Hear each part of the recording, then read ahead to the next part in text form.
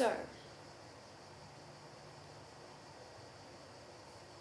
you take the feeling, not the story. Leave the story. Who did what she did, he said, da da da da da. Put that to one side. Come into contact with the feeling.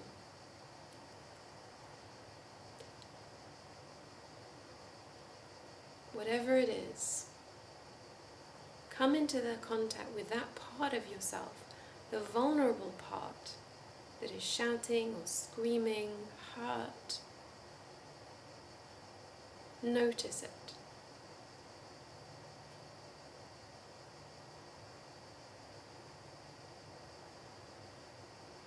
Listen to it. Because it's crying out for attention.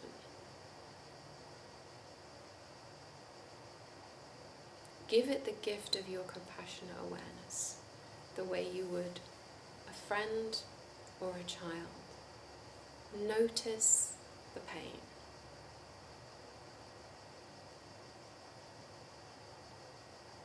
And hold it.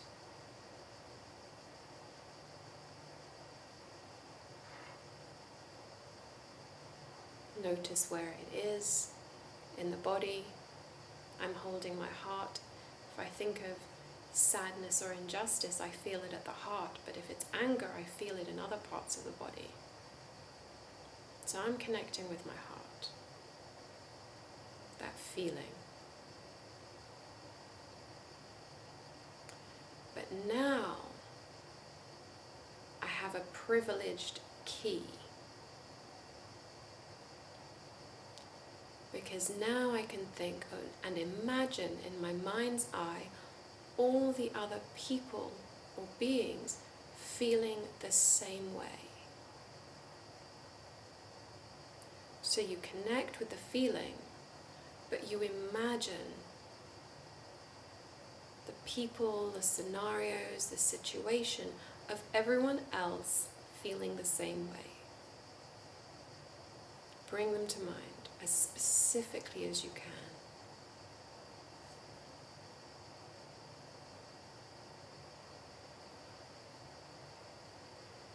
And if it's social pain, you could think of all the homeless people that get walked past, all the people who don't have friends, or who are bullied or shunned or humiliated.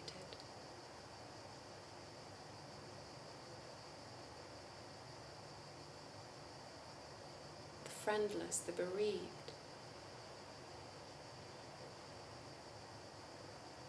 And here is the gift.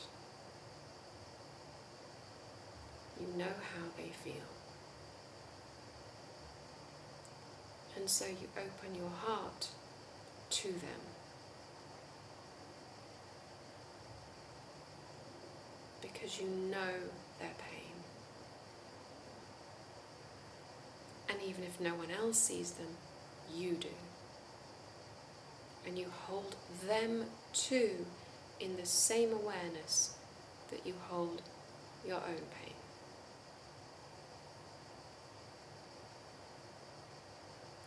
Holding them. Like a lily pad holding a lily. Just hold in compassionate awareness.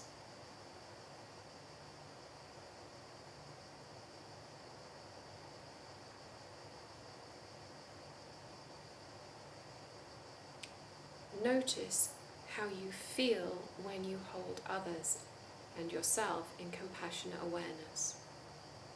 How do you feel now?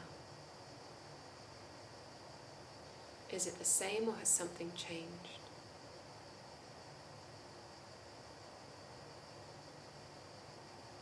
What happens when we transform our pain into compassionate awareness? So you can take a deep breath. And keeping in mind all these beings who feel exactly like you. If you feel ready and able, you're going to take their pain from them. Because if you've got to go through this thing, if you've got this pain, if something has landed in your lap and you can't get out, well, you've got to go through it anyway. You might as well take the pain of everyone else so that at least only one person has to suffer. And you imagine all of these people just like you. The homeless, the dispossessed, the rejected, the forgotten, the outcast. You see them.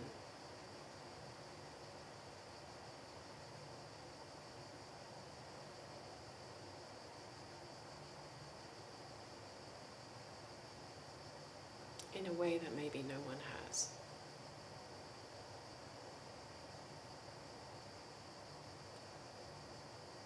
And because you know their inner emotional experience, you're moved to help.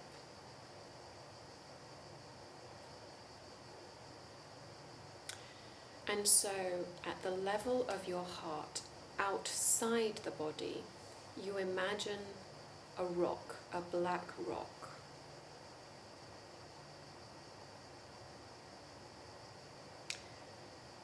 And that rock represents all your resentment, negative emotions, self-obsession, difficulty, suffering.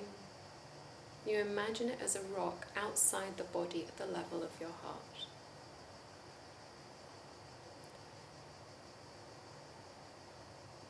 It's kind of junk we want to throw away, but we're going to do one thing before we throw it away. We're going to take everyone else's junk too.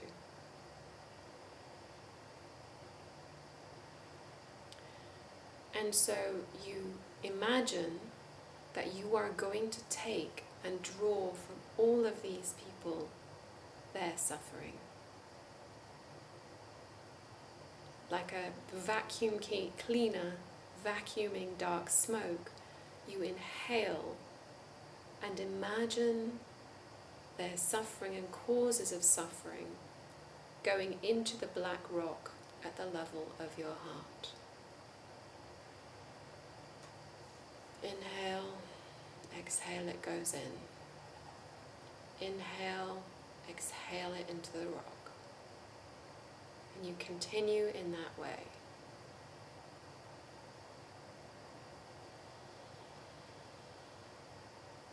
Imagining that you're removing all of their suffering in the form of dark smoke, exhaling into the rock.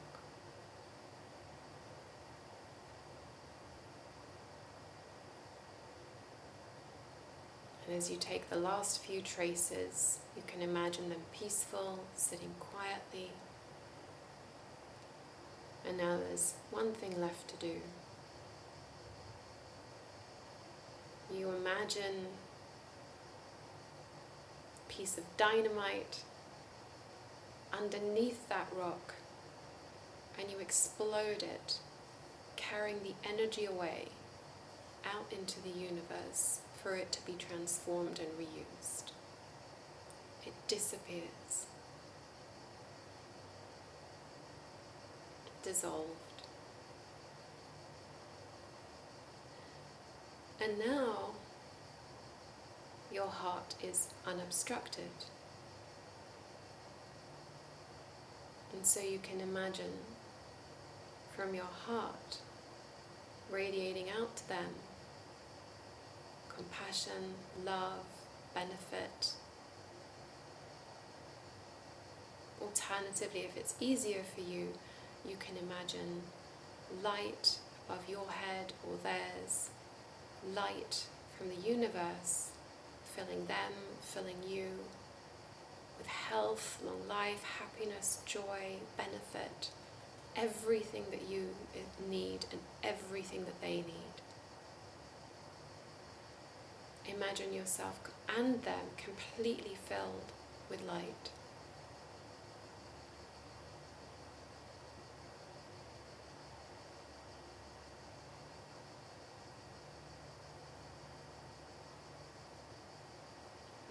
it's just a meditation, it's incredibly powerful. And so you rejoice that you've been able to do this,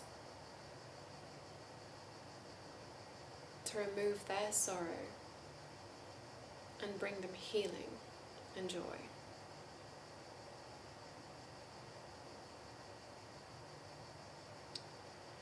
And this meditation is very powerful. It creates a lot of positive energy. And so we conclude with a dedication prayer that Dalai Lama likes very much.